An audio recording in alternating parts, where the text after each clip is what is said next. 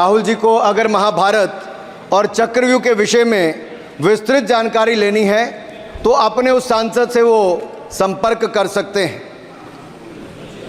और मैं बताऊंगा, शशि थरूर जी ने शायद वही राहुल गांधी जी को बता दें या बताएंगे, नहीं तो मैं बता देता हूं कि आपने महाभारत और भारत के स्वतंत्रता संघर्ष को मिलाकर जो उपन्यास लिखा है उसके पात्र कौन कौन हैं। इस उपन्यास में धृतराष्ट्र के रूप में किस नेता को दिखाया गया है, कौरव किस पार्टी को कहा गया है, इस उपन्यास में प्रिय दुर्योधनी कौन है। जब राहुल जी को इसका पता चलेगा तो मुझे लगता है कहीं ना कहीं शशि थरूर जी पर कार्रवाई ना हो जाए।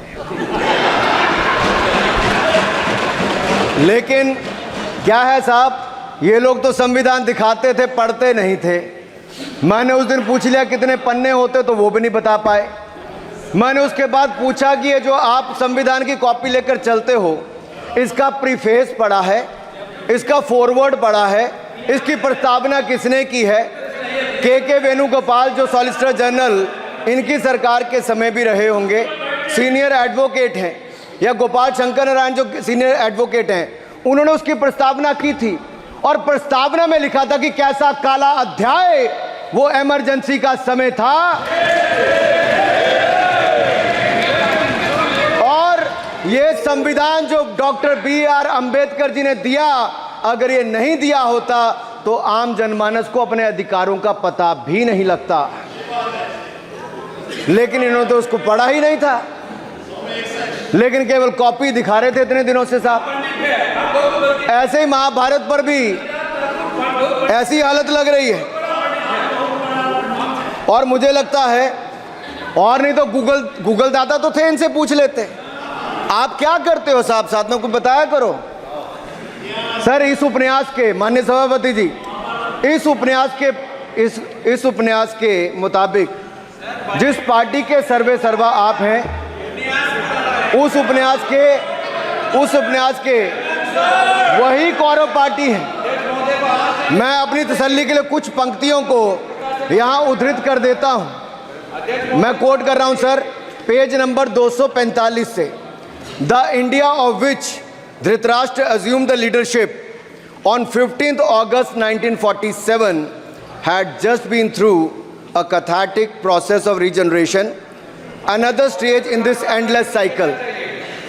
अब 15 अगस्त 1947 को प्रधानमंत्री के रूप में मोदी जी तो नहीं थे, और ये कह रहे हैं कि जिन्होंने 15 अगस्त 1947 को उस समय वो सत्ता ली थी वो धृतराष्ट्र थे। तो धृतराष्ट्र किसको कहा गया? धृतराष्ट्र को किसको कहा गया?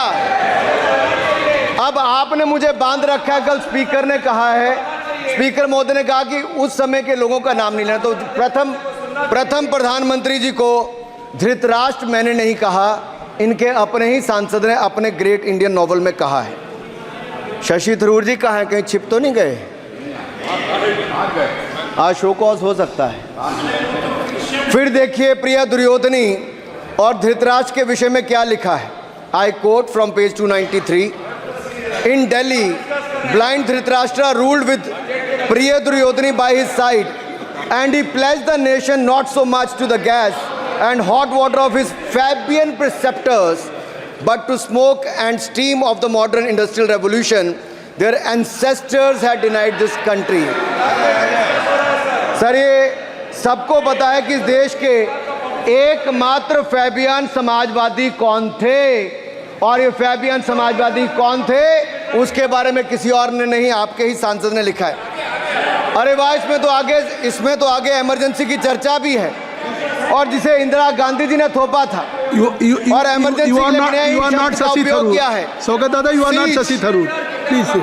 ये देश इनकी यातनाओं का सर भुगत भोगी रहा इमरजेंसी के समय, और वो काला खंड, वो काला अध्याय वो देश कभी भूल नहीं पाएगा, जिसने देश के लोगों को कठिन शब्द इमरजेंसी के बारे में भी बताया। सर, तो हम चर्चा कर रहे थे द ग्रेट इंडियन नॉवल के अध्याय 7th बुक की, जिसमें प्रिय दुर्योधनी और उनके प्रिय पात्र शकुनी शंकर डे देश में आपातकाल लगाने की योजना बना रहे थे।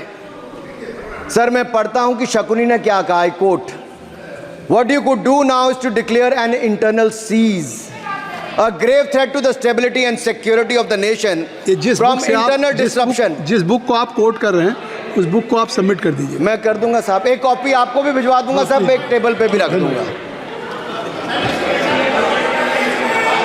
So what you could do now is to declare an internal siege, a grave threat to the stability and security of the nation from internal disruption.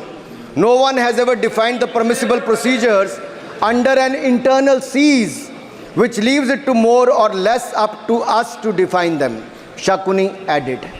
And the next, sir, from page 366, I quote, not to mention censorship of the press. Press hai? Not to mention censorship of the press, which is nowhere explicitly ruled out in the Constitution.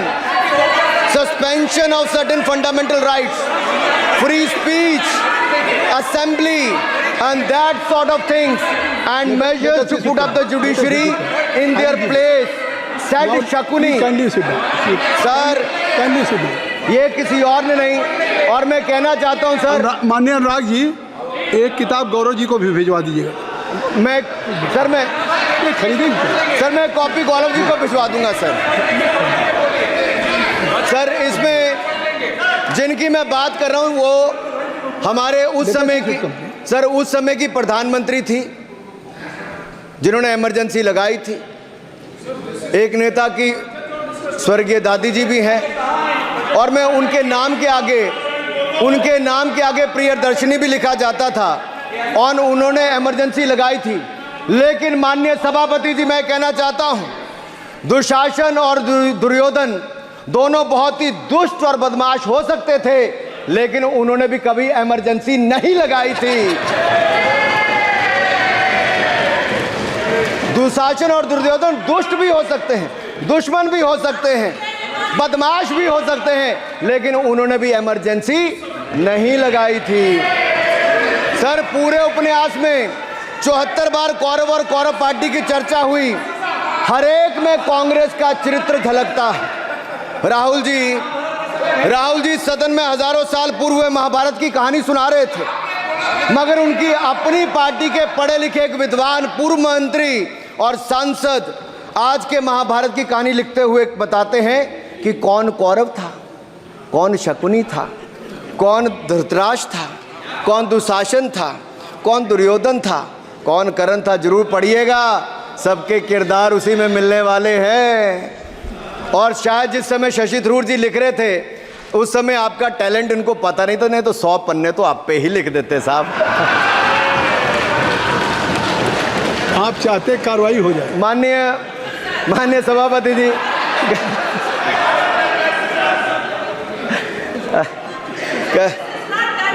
कल जब राहुल गांधी जी चक्रव्यूह पर बहुत ज्ञान दे रहे थे, तो पीछे दो लोग, कुमारी शैलजा जी और दीपेंद्र जी बैठकर मुस्कुरा रहे थे।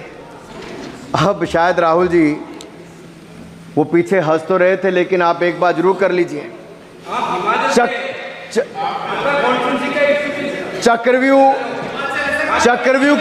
चक्रव्यूह के परिप्रेक्ष्य में इन दोनों से बेहतर कौन बता सकता है, हरियाणा के चुनाव आने वाले हैं। जान लीजिए कि कौन शकुनी है और कौन अभिमन्यु है, नहीं तो बहुत देर हो जाएगी।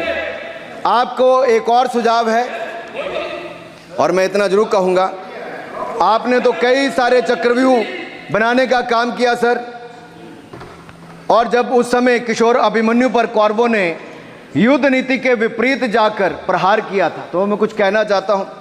इतने में पुत्र दुशासन ने पीछे सा था वार किया, निष्प्राण हुए एक गदा से सिर पर था प्रहार किया। माँ धरती की गोद में वह आंख मूंद कर सो गया, अंबर का तेजस्वी तारा धूमकेतु सा खो गया। लेकिन कोई तारे का तेज फीका नहीं कर सकता, वीर गति पाकर अमर हुआ हो कभी नहीं मर सकता है। पुत्र सुभद्रा कुरुक्षेत्र में जिसकी अमर कहानी थी, 9 माह में सीखी विद्या जब 16 साल जवानी थी। अब उस अभिमन्यु को जिसने सारे चक्रव्यूह को तोड़ने का काम किया, मैं इतना ही कहूंगा, चक्रव्यूह का प्रसंग छेड़कर आपने अच्छा किया। इस देश ने बहुत सारे चक्रव्यूह देखे, कांग्रेस का चक्रव्यूह सर, इसके 7 किरदार मैं बताता हूं सर। पहला कांग्रेस, दूसरा पंडित नेहरू, सर नाम लेने के लिए मना किया, मैं दूसरी तरह से बोलता हूं।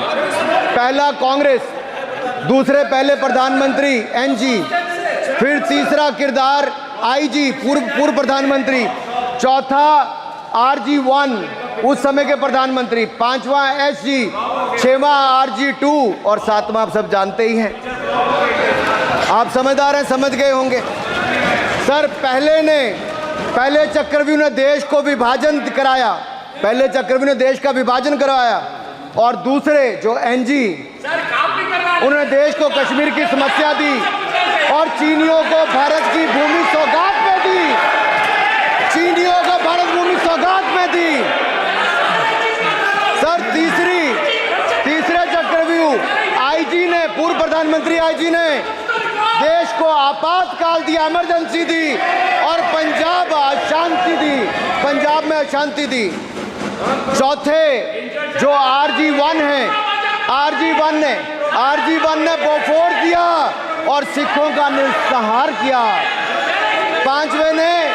पांचवें जो ऐसी हैं, उन्होंने सनातन धर्म परंपरा के प्रति नफरत का नैरेटिव बनाया, 12 लाख के करोड़ के घोटालों को संरक्षण प्रदान किया, देश की आर्थिक अर्थव्यवस्था को भंवर जाल में फंसाया। और छठे ठहरे आप,